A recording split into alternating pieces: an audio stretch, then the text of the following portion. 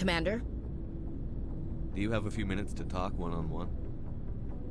I'm sorry, Commander. I need to get my duty squared away. I wouldn't mind talking more later, though. What's your opinion on the last mission? Kinda wish you'd got there sooner, Commander. No offense, I appreciate the rescue. I just wish... You wish we'd been able to save the rest of your unit? Yes, sir. If I had been more alert, we wouldn't have been cut down by an ambush. We never trained to fight synthetics. The Geth haven't gone beyond the Veil in 3 centuries. Our training's supposed to make us able to adapt. I'll make sure it doesn't happen again. Dismissed, Chief. Sir.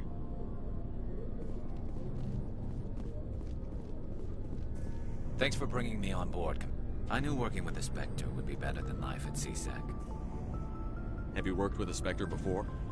Well, no, but I know what they're like. Spectres make their own rules. You're free to handle things your way. At CSEC, you're buried by rules. The damn bureaucrats are always on your back.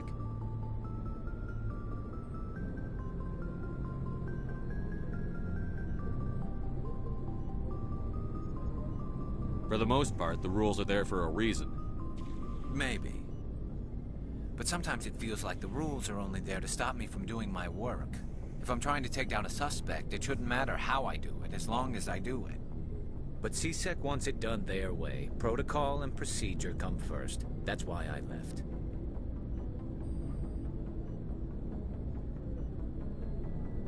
So you just quit because you didn't like the way they do things? There's more to it than that. It didn't start out bad, but as I rose in ranks, I got saddled with more and more red tape. CSEC's handling of Saren was typical. I just couldn't take it anymore. I hate leaving.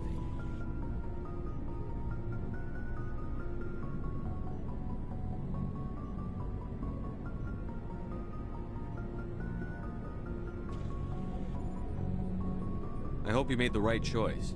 I'd hate for you to regret it later. Well, that's sort of why I teamed up with you. It's a chance for me to get off the Citadel, see how things are done outside CSEC. Either way, I plan to make the most of this. And without CSEC headquarters looking over my shoulder, well, maybe I can get the job done my way for a change. If getting the job done means endangering innocent people, then no. We get the job done right, not fast. Got it? I wasn't trying to. I understand, Commander.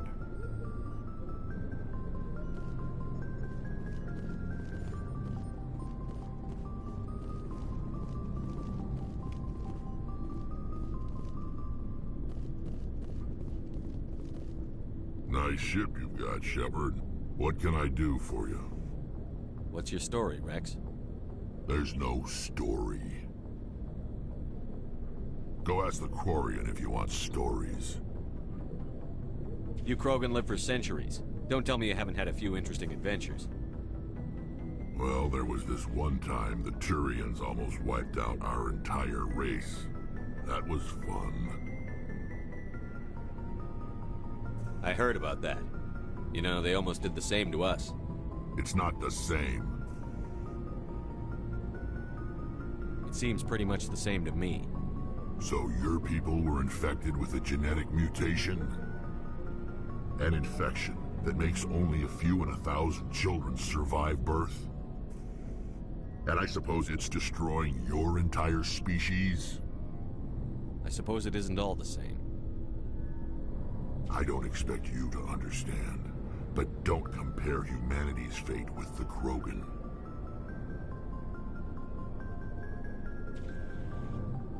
Sorry, Rex. I wasn't trying to get you upset. Your ignorance doesn't upset me, Shepard. As for the Krogan, I gave up on them long ago. The genophage infected us, but it's not what's killing us. Are your people really dying? We're sure not getting any stronger. We're too spread out. None of us are interested in staying in our own system. Lots of species have left their homes and prospered. But they go to colonize new worlds. We're not settlers. We're warriors. We want to fight. So we leave. Hire ourselves out. And most of us never go back. What can you tell me about the genophage? Ask the Solarians if you want details. They made it. All I know, it makes breeding nearly impossible. Thousands die in stillbirth, and most never get that far. Every Krogan is infected, every one. And no one's rushing to find a cure. Why don't the Krogan try to find a cure? When was the last time you saw a Krogan scientist? You ask a Krogan, would he rather find a cure for the genophage or fight for credits? He'll choose fighting every time. It's just who we are, Shepard. I can't change that. Nobody can. So long, Rex. Shepard.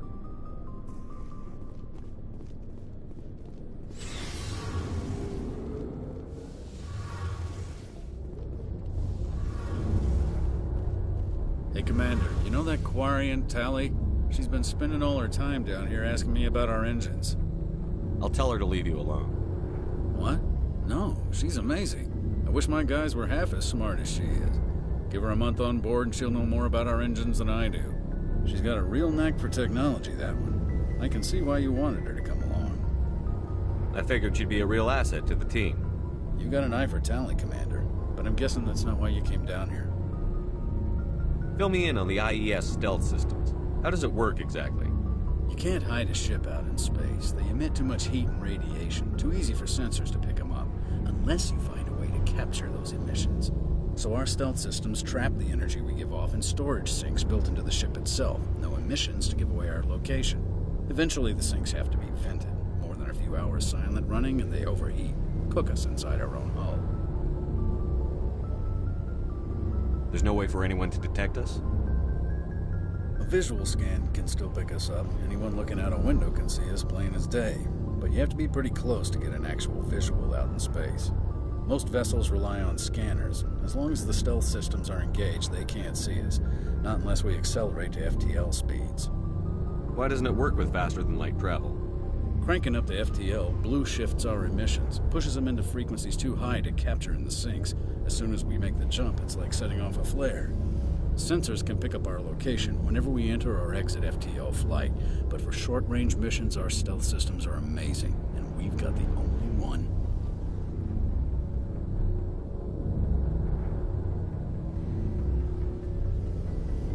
Where else have you served, Adams?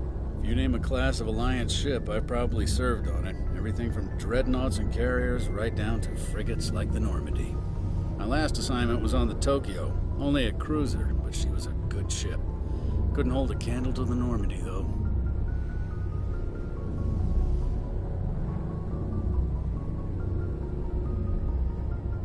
I want to know more about the Normandy. She's the best ship I've ever served on, probably the fastest vessel ever designed. And she's the only one using the new Tantalus drive core. What's so special about the Tantalus drive core? Proportionally, it's about twice the size of any other vessel. Not only are we faster, we can run at FTL speeds longer before we have to discharge the core. Carry on, Adams. Aye, aye, Commander.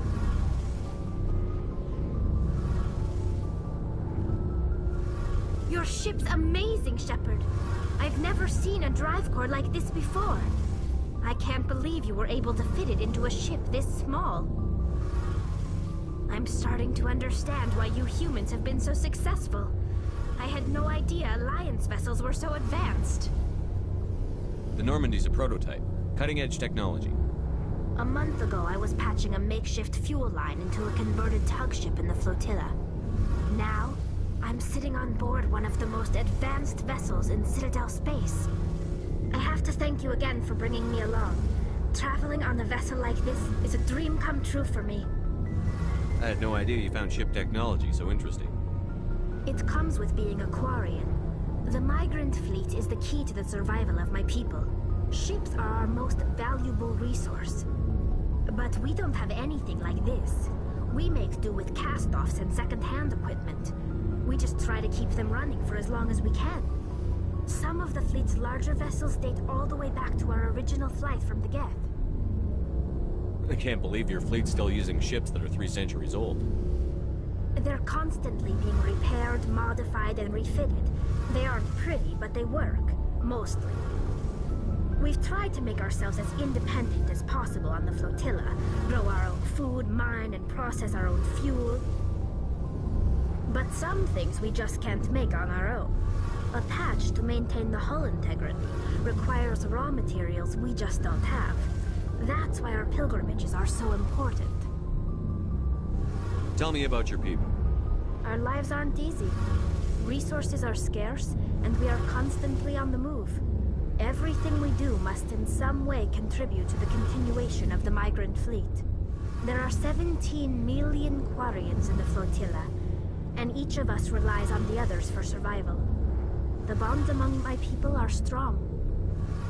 Unfortunately, we have had to surrender many of the freedoms and civil liberties other species take for granted. What kind of freedoms? Well, it's illegal for parents to have more than one child. If our population grows too much, it would strain our resources to their breaking point. Of course, we also can't allow our numbers to become too few. If our population is in decline, the rule against single births is temporarily repealed. In extreme cases of population decline, incentives are even offered to encourage multiple births, though the Conclave hasn't had to take such measures in nearly a century. That's your government. The Conclave is our civilian branch of government. Each ship can elect a representative to serve on the Conclave and make decisions that affect the fleet as a whole. On matters that affect an individual ship, however, the captain has the final say. It's a tradition that dates back to the early days, when the fleet was governed by martial law. Fortunately, most captains nowadays are smart enough to have an elected council from their crew to give them advice and guidance.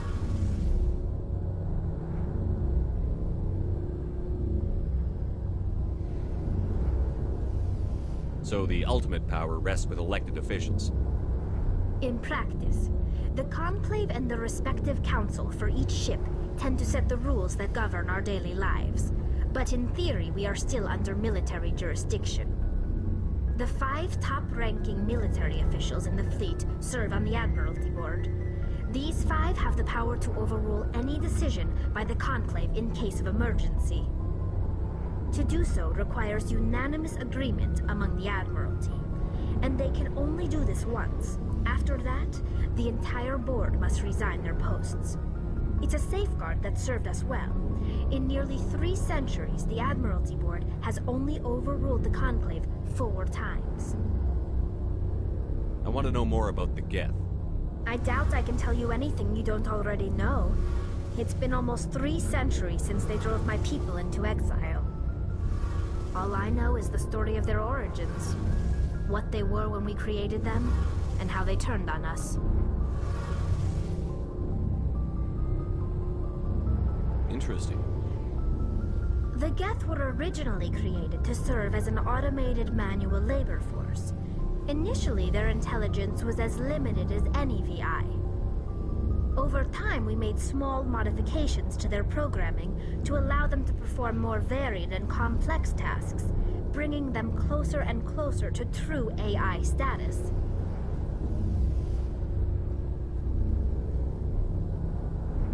How come the Council didn't step in and stop you? This wasn't true AI research. We may have been skirting the bounds of the law, but we never did anything that was actually illegal. The changes were so insignificant, so gradual, that we were able to control them. Or so we thought. But one thing we underestimated was the power of the neural network. A million Geth thinking simultaneously created an inherently unstable matrix. So, the Geth share brain power? Many of the Geth's logic systems were designed to work in concert with other nearby Geth. Basically, the more of them you have in a group, the smarter they are.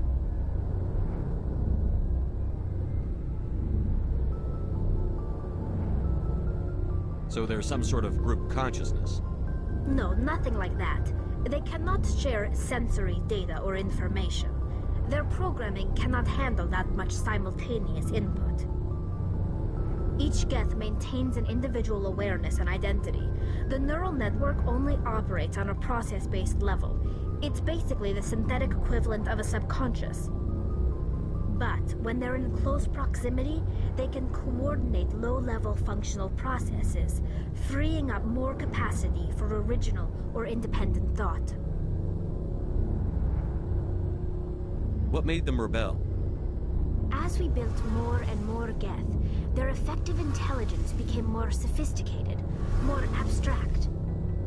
One day, a Geth began to ask its Quarian overseer questions about the nature of its existence. Am I alive? Why am I here? What is my purpose? As you can imagine, this caused a near panic among my people. I don't see what's so bad about those questions. The Geth were created to engage in mundane, repetitive, or dangerous manual labor. That's fine for machines, but it won't satisfy a sentient being for long. The Geth were showing signs of rudimentary self-awareness and independent thought. If the Geth were intelligent, then we were essentially using them as slaves. It was inevitable the newly sentient Geth would rebel against their situation. We knew they would rise up against us, so we acted first. A general order went out across all Quarian-controlled systems to permanently deactivate all Geth. The Geth responded to this order violently. You can't blame them for fighting for their survival. We had no other choice. The Geth were already on the verge of revolution. By acting quickly, we had a chance to end the war before it began. The hope was that most of the Geth would still be little more than machines, incapable of organized resistance. But they had progressed much further than anyone anticipated. The war was long and bloody. Millions upon millions of Quarians died at their hands. In the end, we were forced to flee our own homeworld. We feared the Geth would pursue us, but they never came beyond the Veil. Now we drift through space, exiled, searching for a way to reclaim what was once ours. It's hard to feel sorry for you. Your ancestors tried to wipe out another species. We made a mistake when we created the Geth in the first place, but we did not make a mistake when we went to war against them. If we had not acted, they would have wiped us out. They're a synthetic life form. They have no use for organics. None. Why do you think they cut themselves off from the rest of the galaxy? Why do you think they've killed every organic being who's ever tried to contact them? I didn't mean to offend you. I'm sorry. I didn't mean to get so worked up. Most Quarians tend to have pretty strong opinions about the Geth. I want to know more about the pilgrimage. When my people reach maturity, we leave our birth ships and seek acceptance with a new crew. It's necessary to maintain genetic diversity among the fleet. But no ship wants to accept someone who will be a burden on them. So, to prove our worth, we embark on a pilgrimage. We set out alone, leaving the flotilla and our families behind us. We only return once we have found something of value we can bring back to the fleet. This is presented as a gift to the captain of the respective ship we wish to join. If the gift is accepted, we are welcomed into the crew. Can a captain choose to reject the gift? That doesn't happen often. Most captains are eager to increase the size of their crew. It increases their own standing in our society. Even when a gift is not particularly valuable, the captain usually accepts it out of a sense of tradition. However, there is a stigma to presenting a substandard gift. It's not the best way to make a good impression on a new community. Most pilgrims don't return until they find something worthwhile. I can't believe they just send you off alone. It's not like they just cast us out. Before we leave, we are given lessons in how to survive outside the flotilla, and given gifts to help us on our journey. We also receive implants to fight off sickness and disease. Generations of living in an isolated and highly controlled environment have left our immune systems weaker than most. By the time we leave the fleet, we are well equipped for the pilgrimage. This is a rite of passage for all Quarians. If it were dangerous, our numbers would suffer. Virtually every pilgrimage ends with a triumphant return and the ritual presentation of the gift to one of the fleet's captains. I want to talk about something else. Like what? I should go. See you later.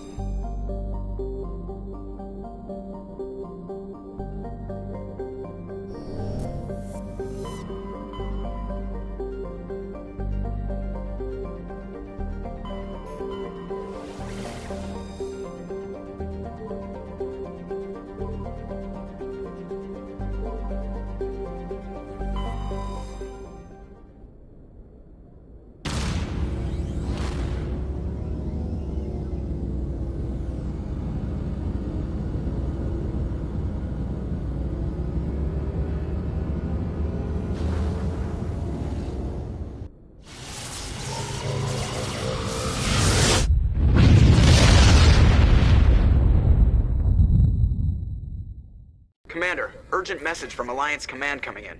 I'll patch it through. Shepard, this is Admiral Hackett from Alliance Command. We've got a situation here, and you're the only one that can handle it. What do you need, Admiral? There's an Alliance training ground where we test weapons and technology in live fire simulations.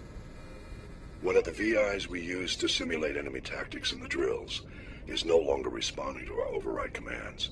It's gone rogue. Are you telling me this computer is thinking on its own? We're not stupid, Shepard. This is a virtual intelligence, not a true AI. It's not self-aware, and it can't access any external systems. We didn't do anything illegal here. Virtual intelligence support is critical to our military success. VIs process thousands of status reports and react in nanoseconds. No human can do that. We need you to fight your way through the training ground of the VI core and manually disable it.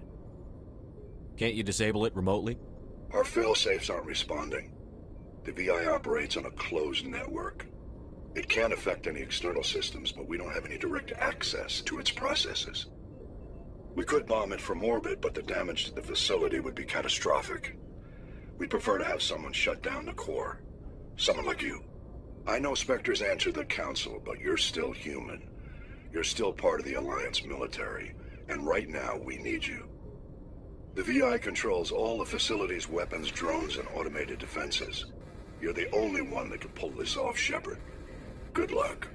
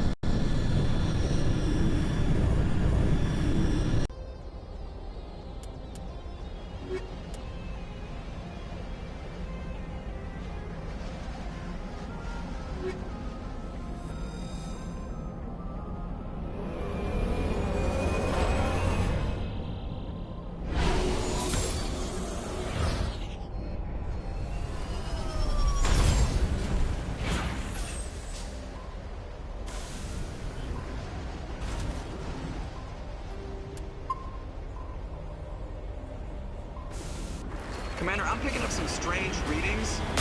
Really strange, like off the damn charts. It looks like it's coming from an underground complex a few clicks away from the drop zone.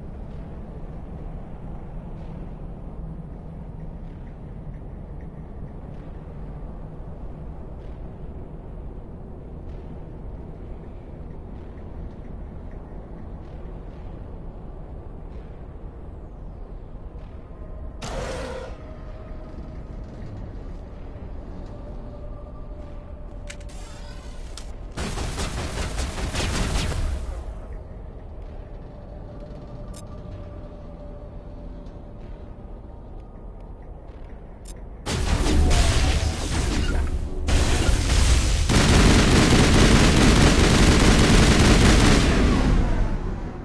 I wonder what Liara's looking for. Most Prothean ruins have nothing more than dead instrumentation.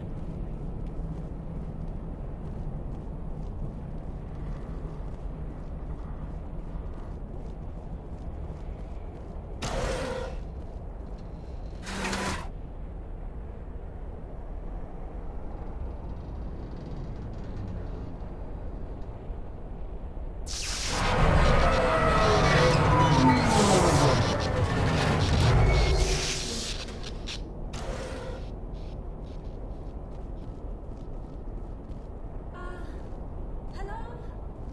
Could somebody help me? Please?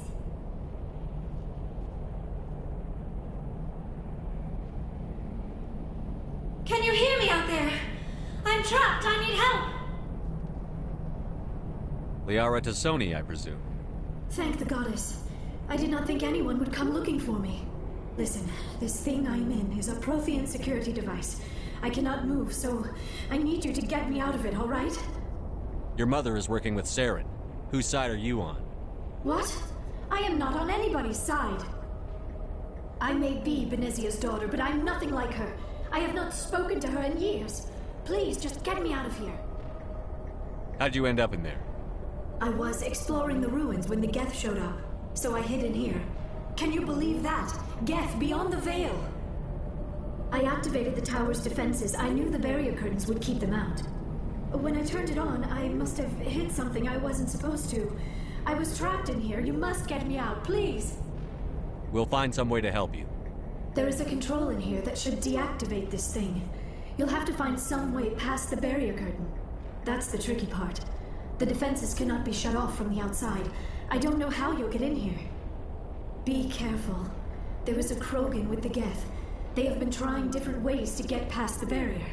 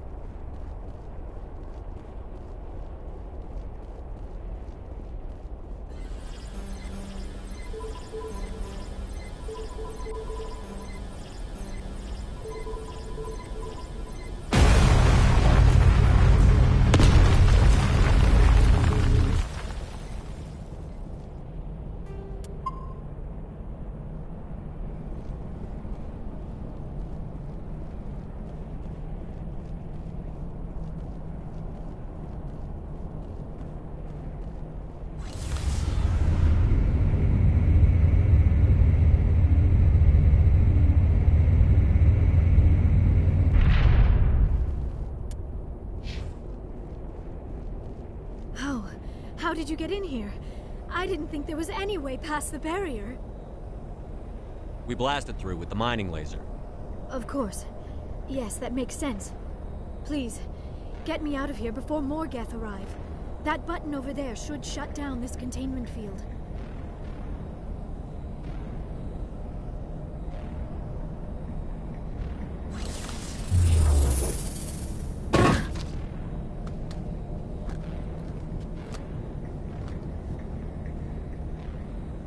Any idea how we get out of this place? There is an elevator back in the center of the tower. At least I think it's an elevator. It should take us out of here. Come on! I still cannot believe all this. Why would the Geth come after me? Do you think Benezia's involved? Seren's looking for the conduit. You're a Prothean expert. He probably wants you to help him find it. The conduit? But I don't know... What the hell was that? These ruins are not stable. That mining laser must have triggered a seismic event. We have to hurry. The whole place is caving in. Joker, get the Normandy airborne and lock in on my signal. On the double, mister. Aye, aye, Commander. Secure and away. ETA 8 minutes. He needs to move faster.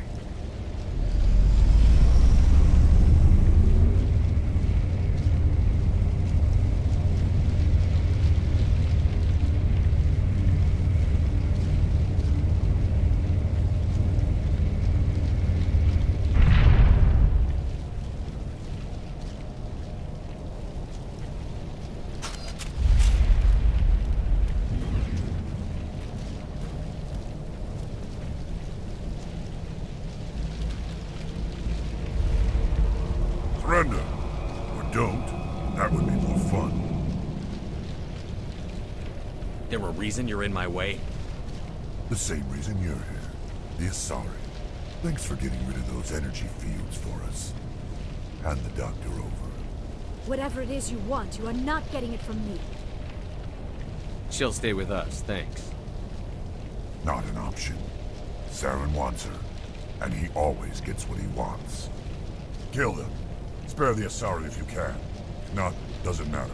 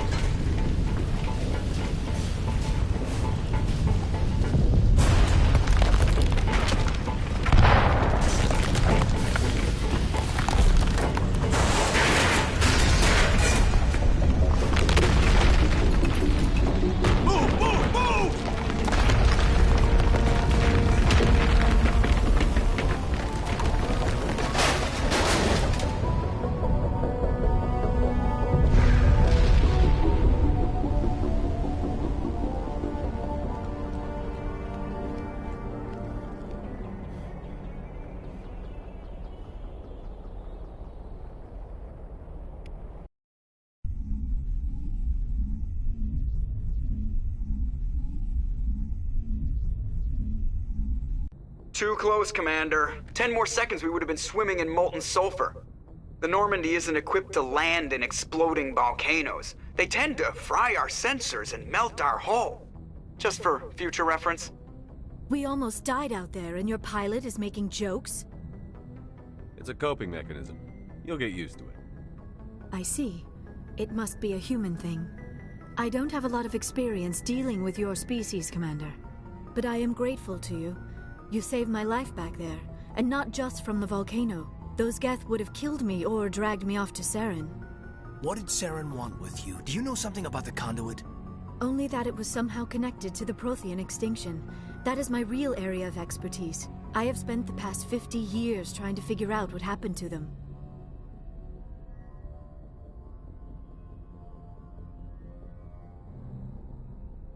How old are you exactly?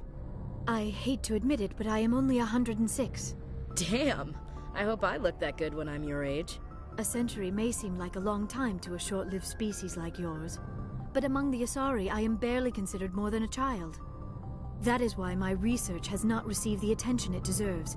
Because of my youth, other Asari scholars tend to dismiss my theories on what happened to the Protheans.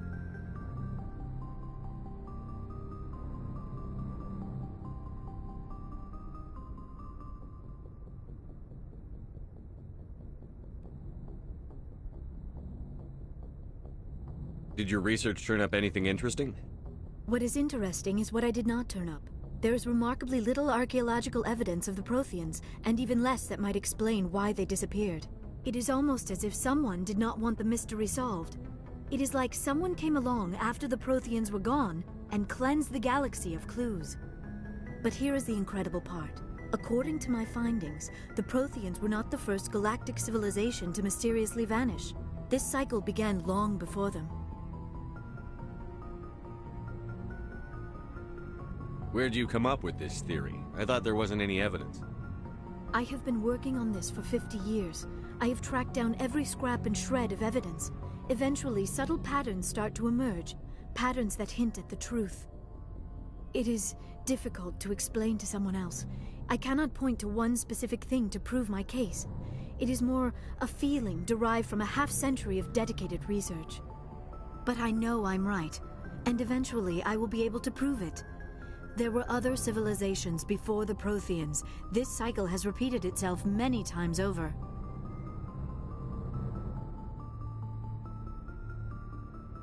If the Protheans weren't the first, then who was? I don't know.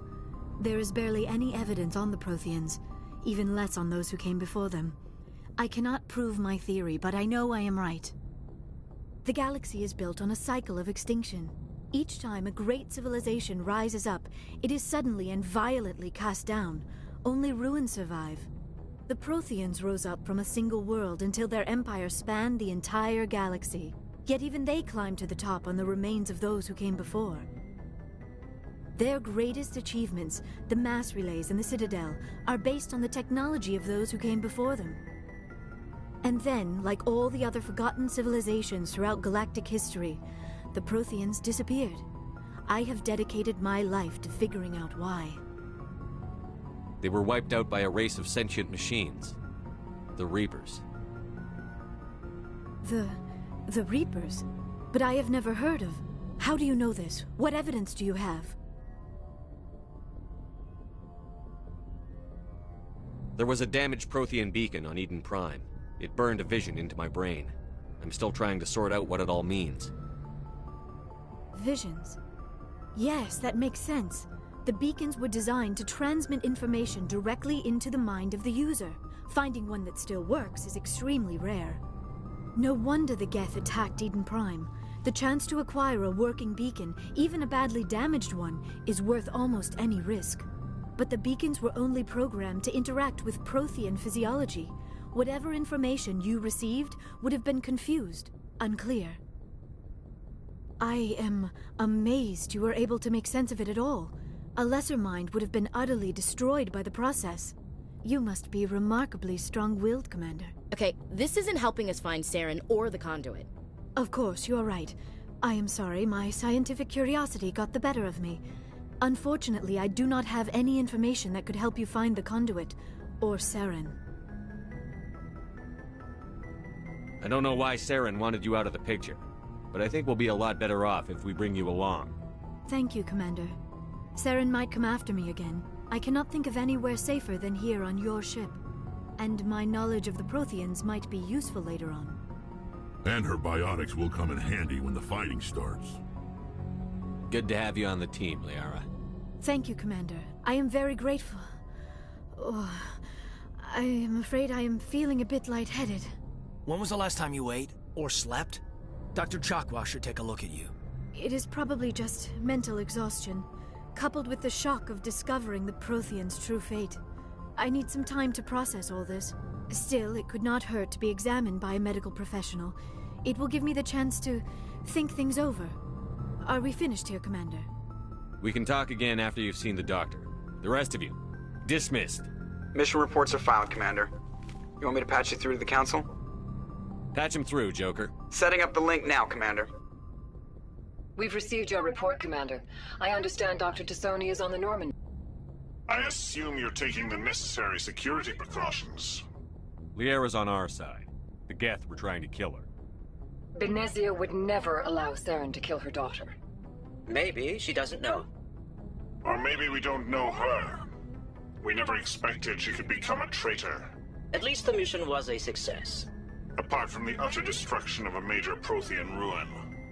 Was that really necessary, Shepard? The Geth were crawling all over those ruins. We were lucky to make it out alive. Of course, Commander. The mission must always take priority. Good luck, Commander. Remember, we are all counting on you.